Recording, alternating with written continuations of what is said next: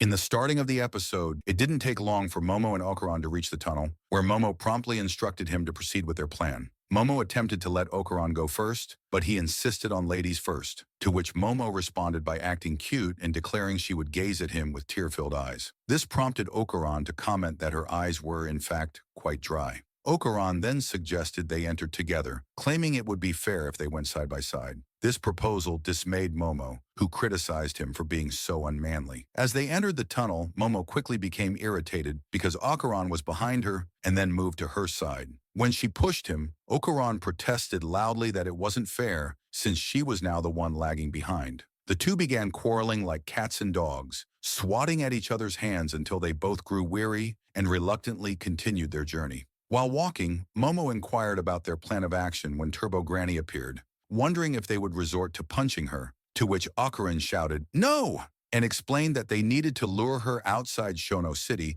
and separate her from the local bound spirit. Afterwards, she would weaken, allowing them to defeat her. Momo claimed to understand this strategy. She also pointed out that they had previously defeated formidable alien foes, so perhaps they could vanquish this spirit as well. Okuran reminded her that, if his memory served correctly, she had been utterly terrified during that encounter. Momo retorted that after facing such a colossal enemy, how bad could an old lady possibly be? As she uttered these words, they suddenly halted in their tracks, confronted by the sight of Turbo Granny's giant head blocking their path in the tunnel. They cried out in shock at its immense size. Panicking, Okuran turned to Momo and asked what their next move should be.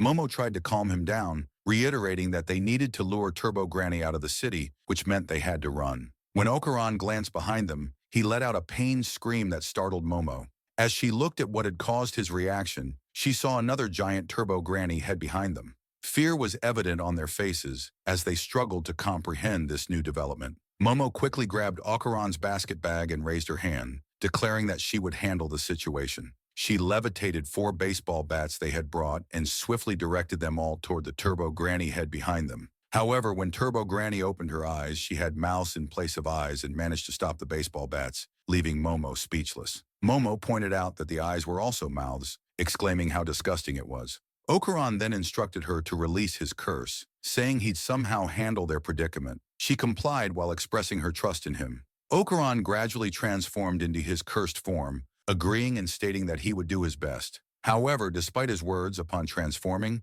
Okuran seemed to become despondent again and said, "Or maybe not," adding that he was truly useless. This prompted Momo to pause and comment that she'd forgotten he becomes a total downer when transformed, but she'd cheer him on, so he should get moving. Okuran slowly walked toward Turbo Granny, muttering that the pressure was going to kill him. As he approached Turbo Granny, Okuran's body suddenly returned to normal. He turned to Momo and asked what had happened, leaving Momo in disbelief. She examined Okuran closely, amazed that she couldn't see the curse anymore. She pointed out that the curse's power had vanished from Okuran's body. Turbo Granny interjected, saying she had returned his schlong, so the curse was gone, shocking both of them. Turbo Granny smiled menacingly and said she was surprised the boy could still transform, but now that ability was gone. She called them filthy thieves and declared they couldn't use her powers anymore, announcing that she was going to eat them. As Turbo Granny's mouth approached them, Momo suddenly remembered her grandmother's advice to challenge Turbo Granny because she was confident in her speed, ensuring she would accept their challenge. After that, Momo asked Turbo Granny if she was afraid of losing a battle of speed and remarked that it would be embarrassing for her to resort to brute force, given that her name was Turbo Granny. So surely she wouldn't refuse a race. She challenged Turbo Granny to act like her name suggested and see who was truly faster. Turbo Granny briefly stopped, reverted to her normal form, and stared at Momo seriously, asking who she thought she was talking to. She claimed she had never been defeated in speed and accepted their challenge, asserting she could eat them anytime. While Turbo Granny inquired about the rules and finish line, Momo signaled to Okuran that this was part of their plan. Momo responded that there was no finish line, and they would play tag where Turbo Granny would win if she caught them. She added that when they started, Turbo Granny should count to 10 minutes to give them a head start, insisting these were the rules she must follow, or else it would ruin the legend of Turbo Granny.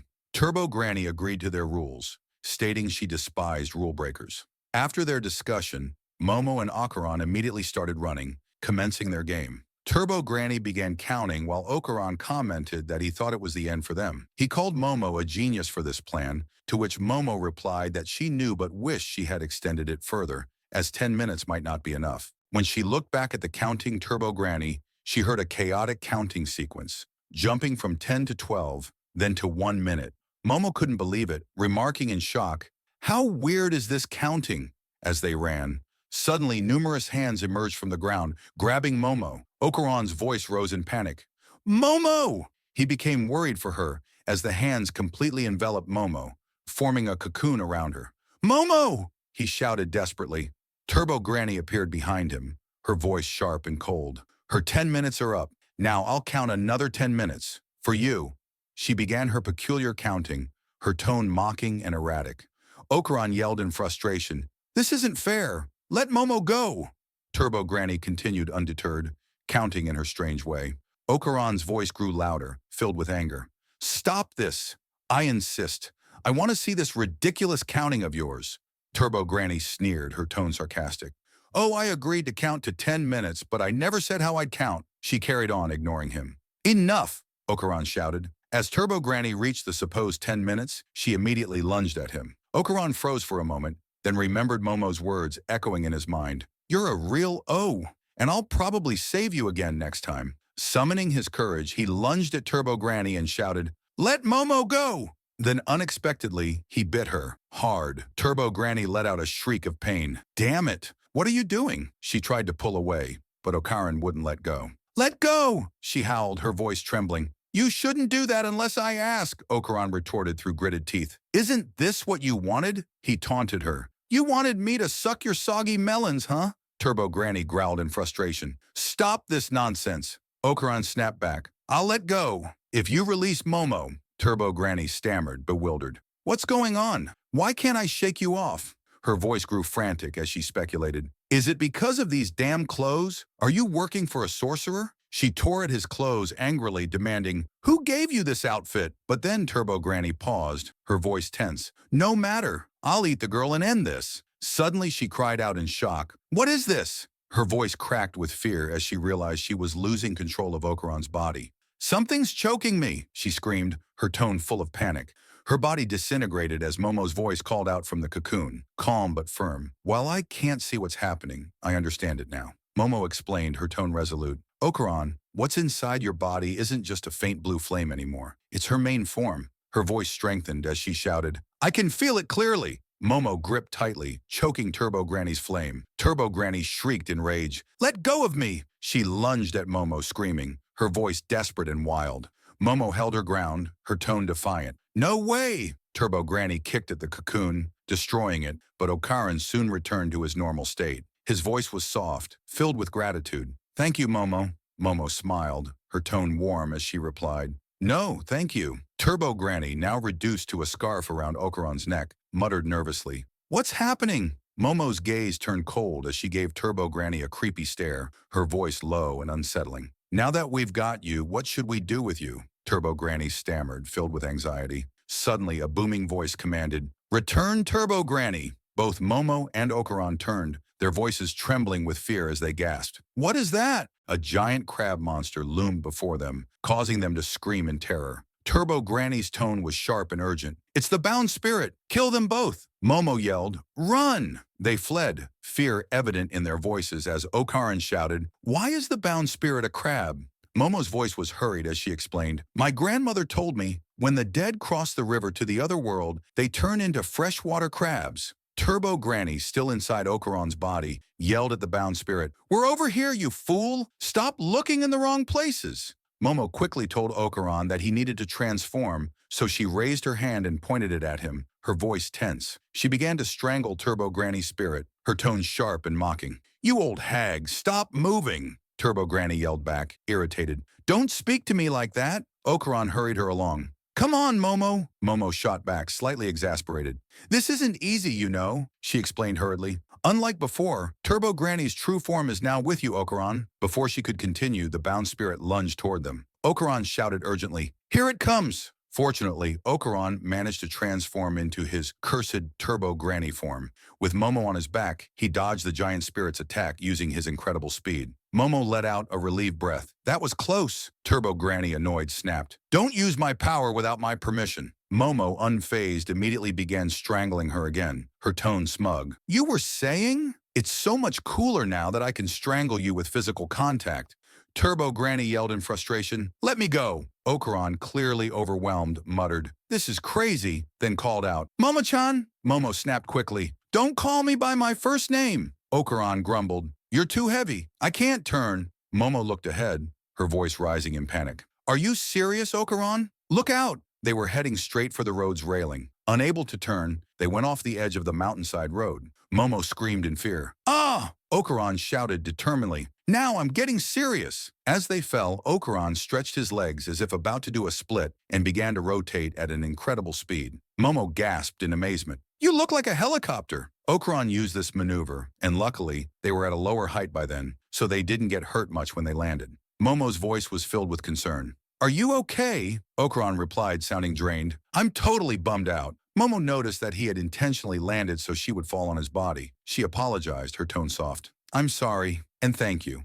Okuran prepared to run again, saying firmly, I got serious earlier. Momo realized, her tone thoughtful. You can only use your full strength twice. Thanks to the shortcut, they had managed to open some distance from their enemy. Suddenly, the bound spirit jumped down the roadside and landed behind them. Momo shouted urgently, It's here already! As she looked back while running, she noticed something horrifying. Her voice trembled. There are so many faces on its back. As they ran, some civilians saw them. One of them said cheerfully, Wow, he's so dedicated to giving her a piggyback ride. This made Momo blush furiously. Her voice was embarrassed as she muttered, This is so humiliating. There are more and more people around. As Okuran kept running, she realized the civilians couldn't see the crab. Her voice rose in distress. If they can't see it, it must look like we're just serious about a chicken fight, she added in panic. I hope none of my acquaintances see us, Okuran called out, his voice strained. Momo, I'm starting to get tired, she shouted back. That's not possible. Keep going and get serious again. Okuran explained breathlessly. Even if I do, we're still too far from the outskirts of Shano City. The bound spirit will catch us and eat us. Momo's voice was firm. No, thank you. I don't get eaten by crabs. I eat them. Saying that sparked an idea. Her tone shifted, excited. Wait, I have a plan. When she spotted the water spa, she ordered Okuran quickly. Turn left, inside the Healthland Spa. The cashier was asking a customer, How many are you? Before they could respond, Momo and Okuran burst in, shouting breathlessly, Sorry, move! The giant crab crashed after them. Momo directed Okuran upstairs, her voice determined.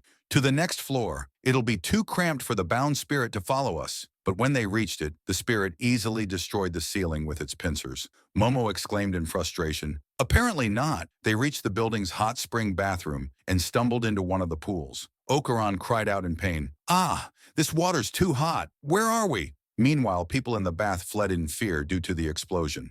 Okuran expressed concern, his tone tense.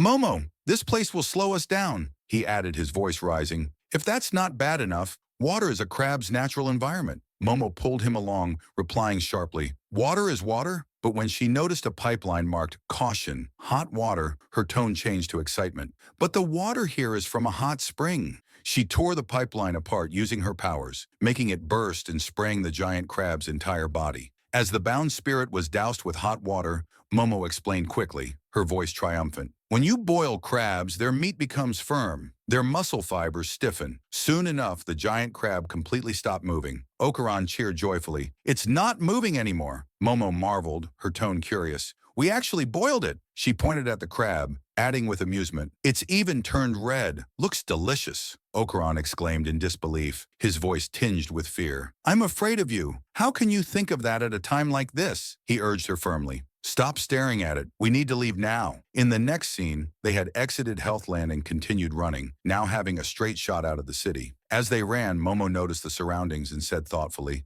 It seems like there are fewer people around. Okuran agreed, his voice cautious. Yeah. However, they soon spotted someone running toward them. Momo's voice rose in confusion. What's happening? Gradually, more people began running toward them, until eventually a massive crowd was charging at them from the front. Momo gasped, her tone alarmed. What's wrong with them? Turbo Granny's voice boomed, filled with mockery.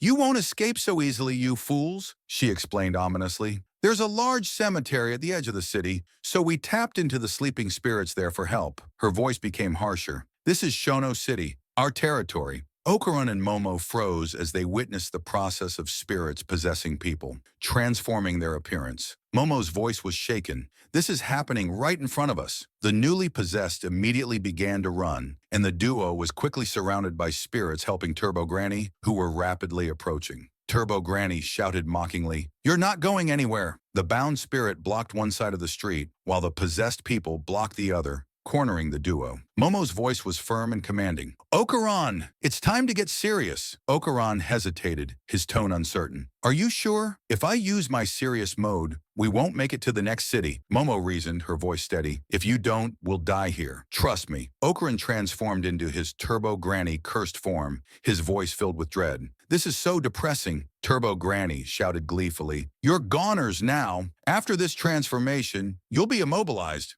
Momo countered firmly. "Just run, Okuran." Okuran sprinted toward the possessed people, managing to pass through them without difficulty. They were thrown back as he ran, and when they had gotten some distance away, Okuran suddenly reverted to his normal form. The duo tripped and fell to the ground. Both puked from the sheer speed of their movement. Okuran gasped for breath, his voice weak. I can't run anymore. I've reached my limit." Momo, struggling to speak, added, "That was intense. I thought I was going to throw up my insides." Okuran tried to roll over, groaning, "It feels like my body's being torn apart." Momo, also struggling to stand, said urgently, "I need to get up. We're so close." She suddenly realized something, her voice filled with worry. "Turbo Granny's not here." She turned to Okuran and said sharply, "I dropped her." Because of this, Turbo Granny managed to escape from Okuran's body. Suddenly, Turbo Granny kicked Okuran, sending him flying. Momo tried to control her using her power, but Turbo Granny easily kicked away her attack, sending Momo flying. Momo gasped in pain, clutching her hand. "My hand!" Turbo Granny started walking toward them, her tone cold and menacing. "I will never forgive your tricks, but most of all, I can't stand your lack of respect for elders." As she moved forward, it became clear that behind Turbo Granny were countless possessed people and the giant crab-bound spirit. Momo slowly sat up, wincing, then commented sarcastically, "Wow, Turbo Granny, you're amazing. I've never seen an old hag bullying kids like this before. Mad respect for this grandmother." Turbo Granny scowled, her tone sharp. "Speak properly." While transforming, she sneered, "I can see through your double talk. I hate that kind of casual speech, and I hate annoying brats like you." Her voice became more venomous. "Momo, you're such a..." Before long, Turbo Granny had fully possessed the giant-bound spirit. The creature now appeared as a horrifying hybrid of Turbo Granny's facial features and the crab-bound spirit's body. Her tone became mocking. "I'll eat you now." "You'd better run. It's always more exciting when you run," she added with a twisted smile. "You're so close to getting out of the city. But don't worry, I'll give you a 10 to 20-minute head start. Go ahead, make it interesting." Momo held the unconscious Okuran and raised her hand with one finger up. Her tone was calm yet defiant. "Give me just 1 second." Turbo Granny's expression twisted in irritation and confusion.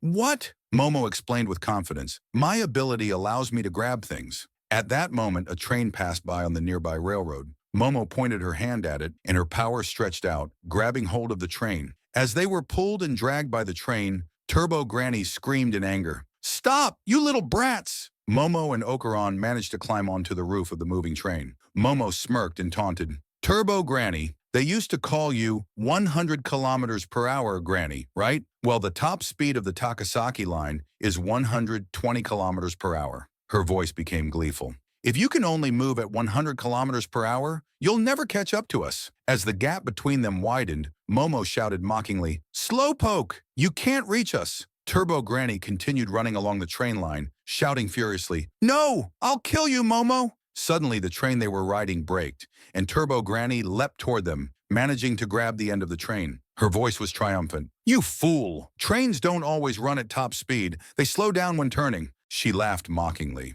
"I, on the other hand, can maintain 100 kilometers per hour. I'm the fastest old lady ever. You can't escape me." Momo, unfazed, questioned her statement sarcastically. "We can't escape. That's my line." Pointing her hand at her, Momo continued with determination. "As my grandmother said, I'll rise to the challenge." Now that Turbo Granny was on board the train, Momo smirked and added, "These rails will lead to your defeat." Ahead on the train's route, a mast appeared, adorned with numerous talismans. Momo shouted with excitement, "All right, welcome to Camp Amo City." As they approached the barrier, Momo held on to Turbo Granny tightly, preventing her escape. Turbo Granny screamed in frustration. "Let go, you shitty foul pig! Ah!" Momo countered with a smirk. "You're definitely fast, Granny. Being alive this long is proof no one could defeat you. But the winner of this battle will be me." Turbo Granny could only scream in anger. Taku. They passed through the barrier created by Momo's grandmother at the edge of Shono City. Immediately, Turbo Granny and the bound spirit were enveloped in flames. Their opponent gradually burned before their eyes, and Momo watched closely, her gaze unwavering. Suddenly, something flew away from them.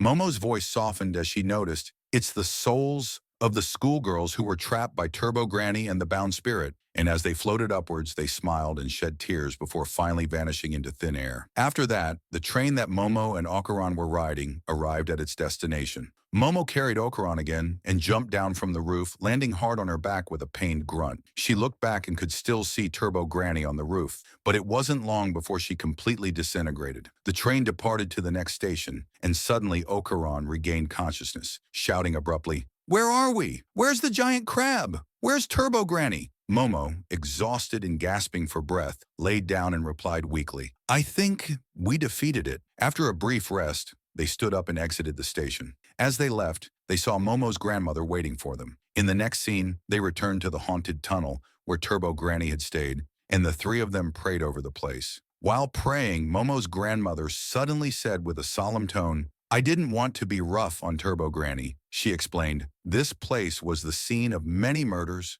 Momo was stunned and asked, What do you mean?" Her grandmother continued with a heavy voice, "The killer attacked women like you, assaulted them, dismembered their bodies, and scattered their remains." Momo gasped in horror, her voice trembling. "That's awful!" Her grandmother added, "Those women had no desire to become evil spirits. We, as mediums, have been hunting Turbo Granny for a long time, and with each encounter, one thing was always the same. She appeared near the spirits of women who suffered horrific deaths." Her tone softened as she explained, "I suspect Turbo Granny visited places where women couldn't reach the afterlife to console them." Momo listened intently, her voice breaking as tears began to fall. "That's so sad." Her grandmother's voice grew firm. "But the dead should not attack the living. Force is sometimes necessary to bring them to the other side." She continued, "The living, too, must respect the dead. Entering their territory disrespectfully only invites their malice. Those are the rules of coexistence between the living and the dead." She sighed softly, adding,